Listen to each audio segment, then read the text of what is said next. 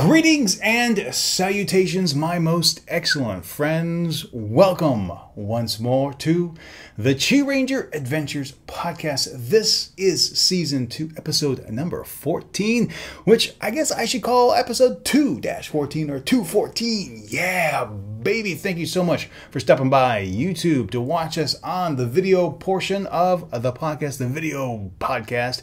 And if you're stopping by ChiRanger.com, thanks for downloading the podcast there or downloading it through iTunes. I am jazzed to have you here. Thank you so much for spending part of your day, part of your week. And without further ado, let's move on to the news. And the first thing I want to talk about is, I raise my glass to you. Yes.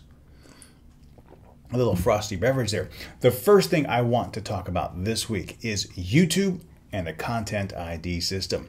Now, back last fall, I had just a horrible time dealing with YouTube and the Content ID system. There was a huge issue with the Content ID system, and I was able to get it resolved. Now, late last week, the same exact problem cropped up once more, and I had to deal with it all over again. Now, here is the situation. When you upload a video to YouTube, you have to assert that you are the copyright owner if you want to monetize the video.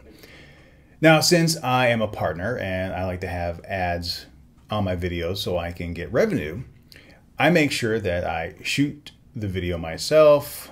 If other clips are in there that they're public domain or I have permission to use those in a monetized project, any music that's in my video, I also make sure that I have full rights to use. As a result, what I've kind of become accustomed to is purchasing my music from SmartSound. It's a company that has a great software package that allows me to customize the music in my videos. And when I buy music from them, I get a commercial license to upload that music to YouTube and monetize it. So a while back, I uploaded a video called Baeksashi Trails and Baeksashi Trails. And it uses a piece of music called Gazing Out that was composed by Darko Sark. And it was flagged as third-party content by IODA. So I researched it. Well, I had already researched it because this is the same video and same song that was flagged back in 2011. So I already knew I had full rights for it. So I immediately filed a dispute regarding this video. And in my dispute with IODA, I said, I have a musical license from SmartSound granting me permission to use this for commercial purposes. Here's the musical license link. Not only that, but because of the whole thing that happened in 2011, I actually have written permission from the musical artists to let me use this. Sent off the complaint, and they rejected it. Was livid. Finally, through some friends, was able to get a hold of partner support, and they've asked me to contact YouTube's copyright office. I was also able to get a hold of someone at IODA, and in my message to them, I copied not only the VP of Music at SmartSound, but also the composer themselves, and provided my receipt, my license, and the handwritten note from the artist to stress home the point that I got permission to do this. Now, once IODA saw that, they released the claim, no problem. However, the thing that kind of really rips me still is YouTube's response. Now, YouTube is not the place to do copyright disputes. It's not their job. I get that. I understand that. I support them, that it is not their job to be the copyright police. However, the Content ID system was put in place so that copyright holders can legitimately protect their pieces of work. However, the way it's supposed to work is that if you are the copyright owner, you can upload your information to the Content ID system. You have to be the sole copyright owner. You have to be the exclusive copyright owner. Now, in the case last year, and in this case, the musical entities that flagged my video essentially are not the copyright holder. Darko Saric is, in this case, the composer of the song. So when I contacted YouTube, I was like, look, you're allowing people to upload in the content ID system. They aren't the copyright holder. This needs to be fixed. You need to do, you need to carry out some due diligence to be able to ensure that the proper rights are being protected. Their response was rather insufficient. They directed me back to IODA. They actually quoted the message that IODA sent to me saying, oops, sorry, we'll remove the claim. But never really acknowledged that there's a problem with the system. And for me, that's key because YouTube has gotten so much hot water over the years regarding copyright that the content ID system is a good thing. It's just kind of broken. So when a user points out how it is broken, to have, essentially just sloughed off, I found it to be quite insulting. So right now, my personal issue is, resolved. However, just be aware, if you have a legitimate license for music to be used in a video, chances are at one point it may still be flagged by YouTube's content ID system. And the only way at present you can actually get that taken care of is to go balls to the wall, contact the composer, contact your vendor, and go right to the source and fight with the entity that is flagging the video. That's the only way it'll be removed. YouTube, in my experience, will do nothing. So there's that. But speaking of videos, story number 2 is about The Hobbit. Now, I loved The Lord of the Rings. I thought it was a fantastic trilogy. And they're filming The Hobbit. And what's interesting about this new movie is that Peter Jackson's made the decision to do it in 48 frames per second. That is pretty cool because slow motion typically is at 60 frames per second. Television is at 30 frames per second. Cinema has been traditionally at 24 frames per second.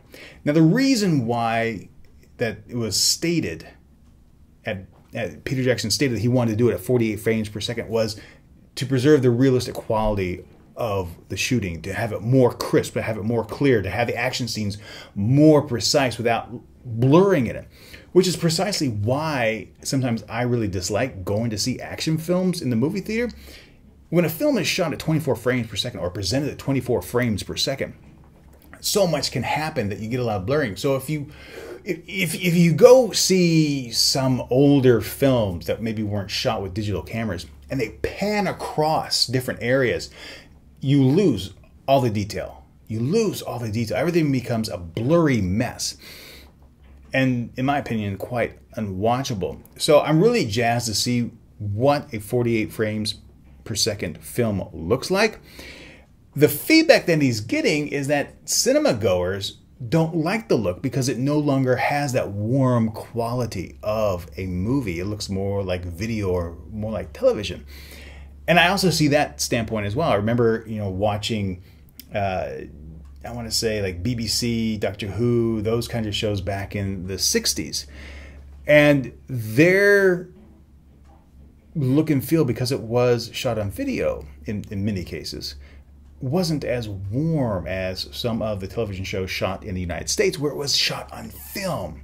And I really hope that doesn't happen with The Hobbit.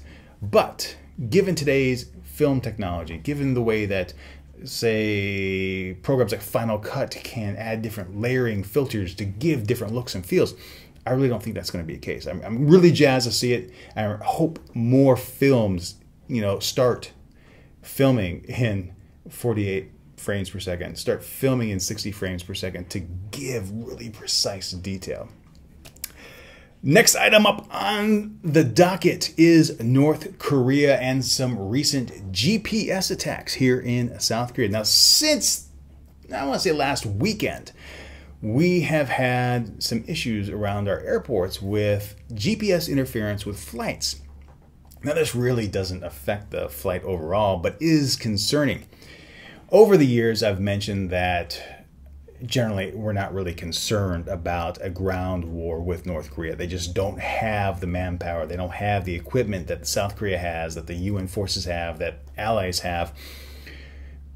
If something were to occur, there may be some initial setbacks, initial damage here in the South, but everyone would just rally up and just crush North Korea.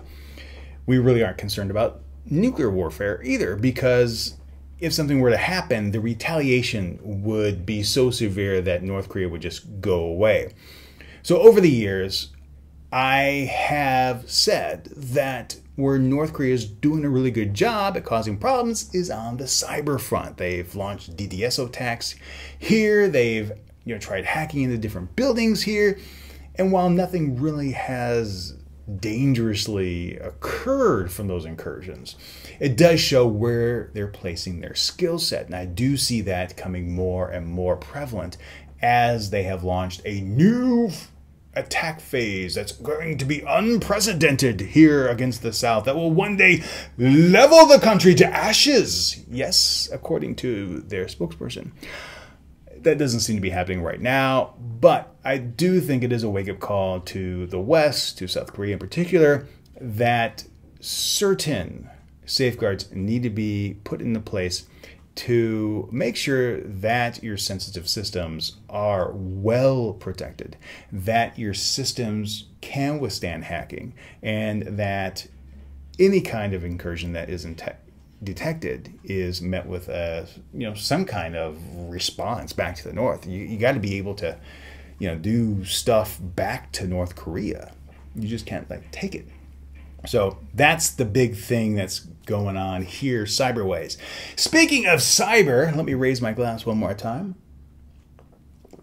I thought this was an interesting story from the United States, where a group of sheriff employees were fired, they allege, because they liked on Facebook the incumbent sheriff's competition. So much so that they took the sheriff to court, saying that their liking of the competitor was protected under fair speech. The judge disagreed. And I thought that was interesting, because this is where I think things may change in the future. You see, courts have said that stating your opinion on Facebook, actually typing out a comment, could be considered protected speech, free speech, and thus you would be barred from being fired in this type of situation. But in this case, the judge said simply liking another candidate's Facebook page didn't extend to free speech, protected speech. And I thought that was interesting, given the way people react to different statuses on Facebook. For example, if two people are friends and then one person just happens to unfriend that first person, even though there's no communication, no actual real friendship, no sharing of messages, sharing of photos, getting together in person, the simple act of defriending can send some people over the edge. I know some people, when they have a Facebook fan page and they ask someone to like that same page, and they don't, but then that second person starts their own Facebook fan page and asks the first person to like the page, they feel awkward. Why should I like your page when you don't like mine? Are you saying something about me?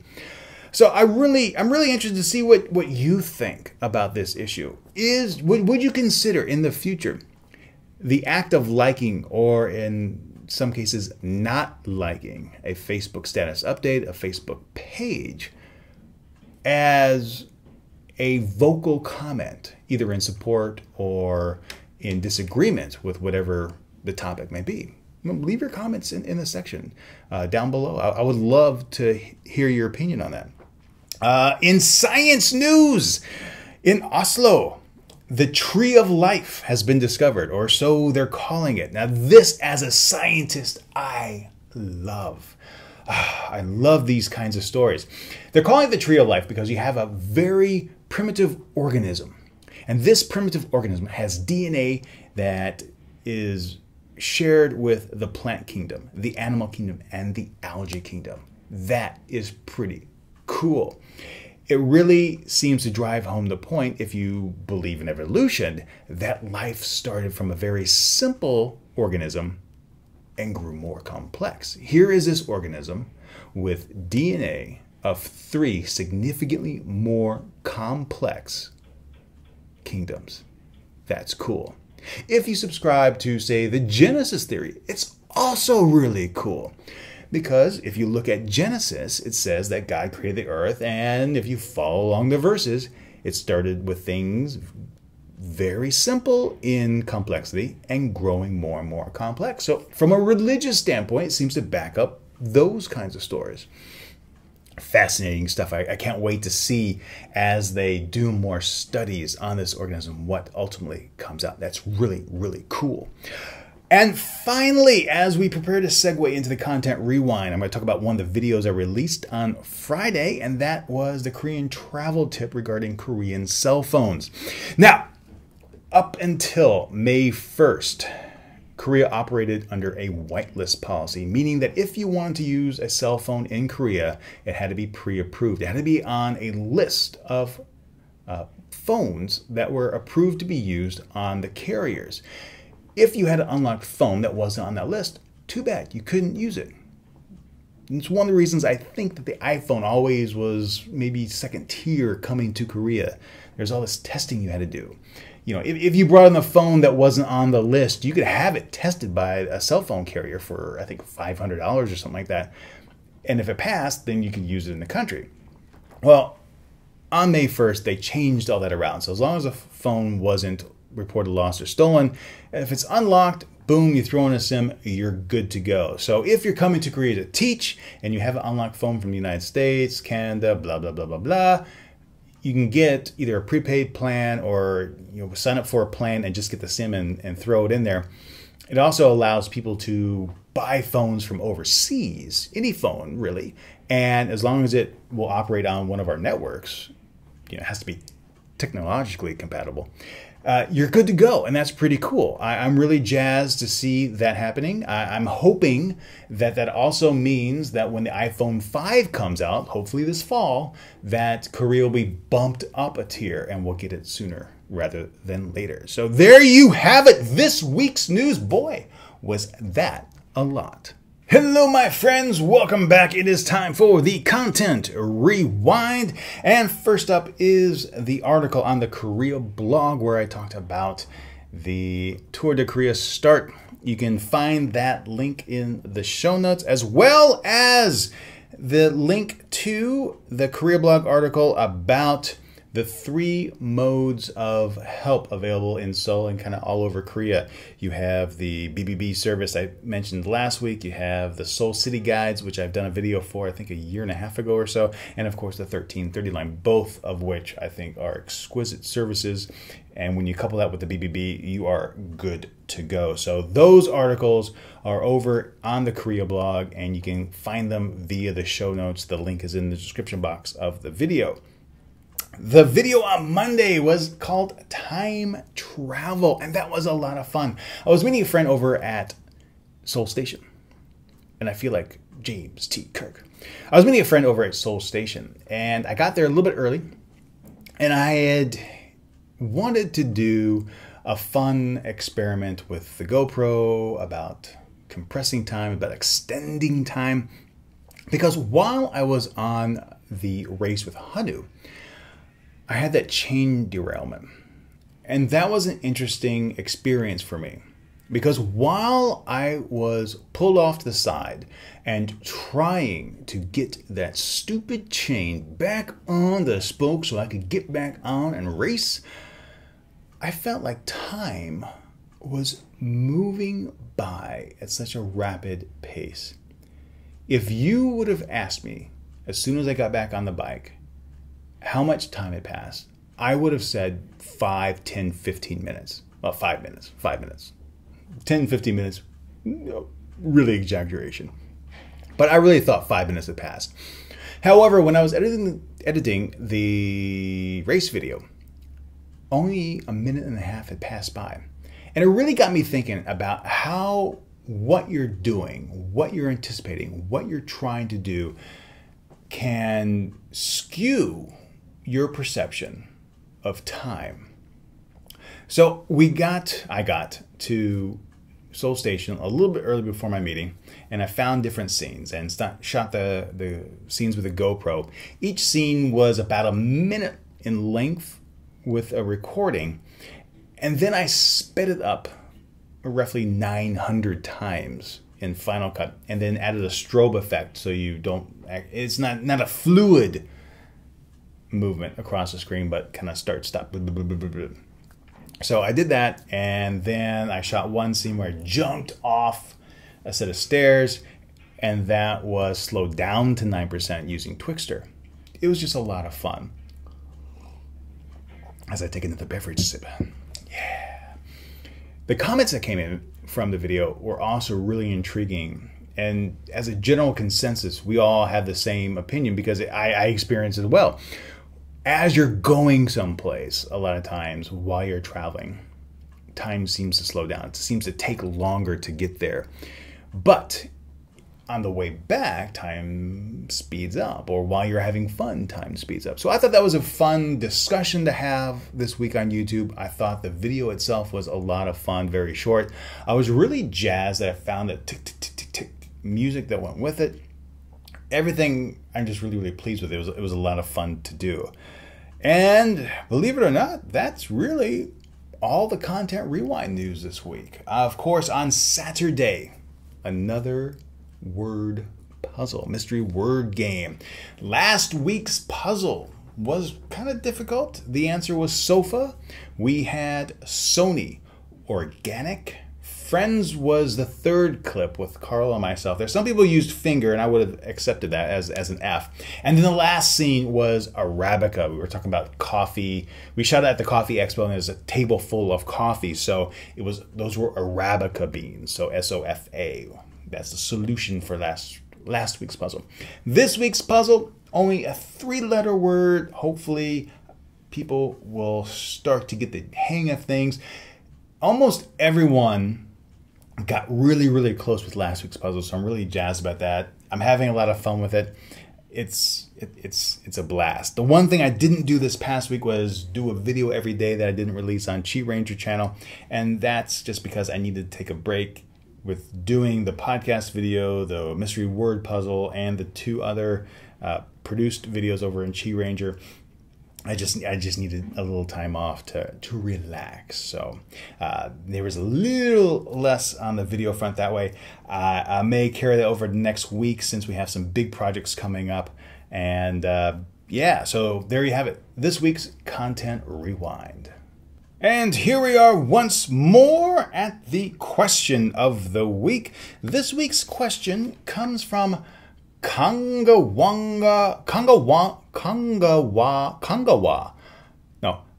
Kanagawa 167. Say that 5 times fast. Kanagawa 167. And his question, or her question, happens to be, when you travel to a foreign country, what do you take with you, and what kind of bag do you have? And I thought that was a really, really good question.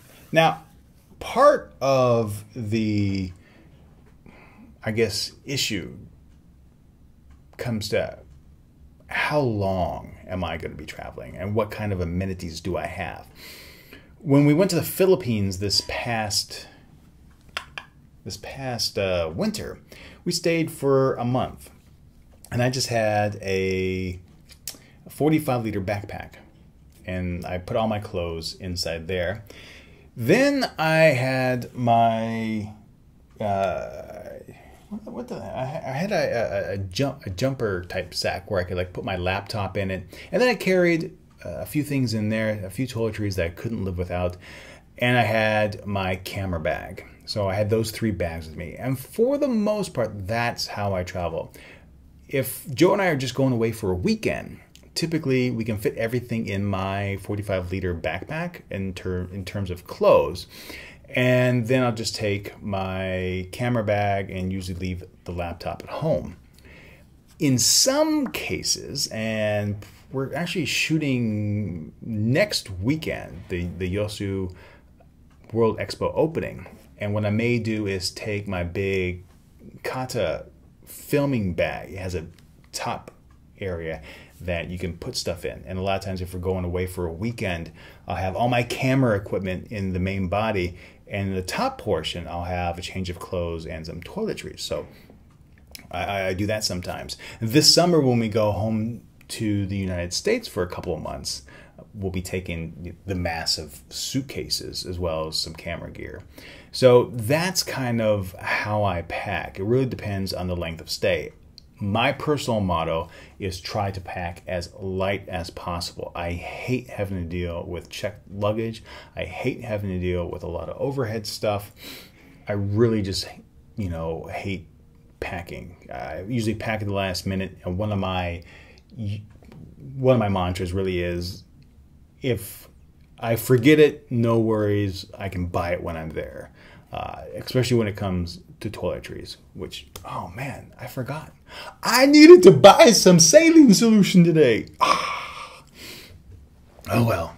Anyway, so that's how I pack. Now, I don't have any, say, like name brand bags that I use. I think my small camera bag is a crumple bag. The big backpack I have is a Kata bag. I do have a London Fog bag. I do have a Low Pro bag. I have a number of Camelback backpacks. So it really depends on kind of what excursion I'm planning. When I went to Soroksan and did a hike over the mountain, it was an overnight trip. I had my big day pack from Camelback. So I had my water in it. I had a change of clothes. I had my camera equipment in it. It was easy for me to carry. It was small. It was exactly what I needed. So that's how I pack. That's the bags I use. That's kind of what I include. Anything I desperately need, I take with me. I typically will bring a couple pairs of shorts, usually one pair of jeans, usually some flip-flops, and maybe tennis shoes. And that's pretty much about it. I'll cut down on extraneous shirts. I'll cut down on underwear as much as I can, because if it's going to be an extended trip, I'd rather just do laundry. So really no more than, say, like a week's worth of clothes maximum. Yeah, there you have it. Great question. If you have a question for me, be sure to leave it in the comment section below. You can email it to me at podcast@chiranger.com. You can tweet it to me at chiranger on Twitter as well. Awesome question, and time to move on. Here we are again, ladies and gentlemen. It is time for the travel talk segment of the podcast. Now, this week was an awesome discussion with An Jung Hyung over at 1013 Main Street from a few weeks ago. Now, unfortunately, on YouTube, I can't share the radio broadcast with you because of copyright reasons. However, if you click on the link in the description box, go over to the show note page on chiranger.com, scroll down the page just a little bit till you come to the Travel Talk segment. You'll see an audio player, and you'll be able to listen, shall I say, to the radio segment in its entirety. So enjoy it there. Thank you very much for sticking with me this much. We are almost done. Well, there you have it. Another podcast has come and gone. And again, thank you so much for spending part of your day with me on YouTube, part of your day with me from iTunes or the blog site. I'm really thankful that you spend part of your week listening or watching the podcast. It means a lot to me. And you know what? I would love to hear from you. Please, please, please shoot me a message at podcast@chiranger.com or leave a message, a post in the comment section, either on the blog or on the video. I would love to know what you think about these podcasts. I love getting feedback. So thank you so much if you do leave a comment. If you know of anyone that would enjoy the podcast, I hope you'll forward the links to them. It's one of the things that I try to do to give extra information about the video creation process as well as what's going on here in Korea. So I really like it. I love these kind of long formats. So I hope you like it as well. But until next week, May the road always rise to meet your feet. May the wind be always at your back. And may you have an absolutely fantastic day. I'll talk to you soon.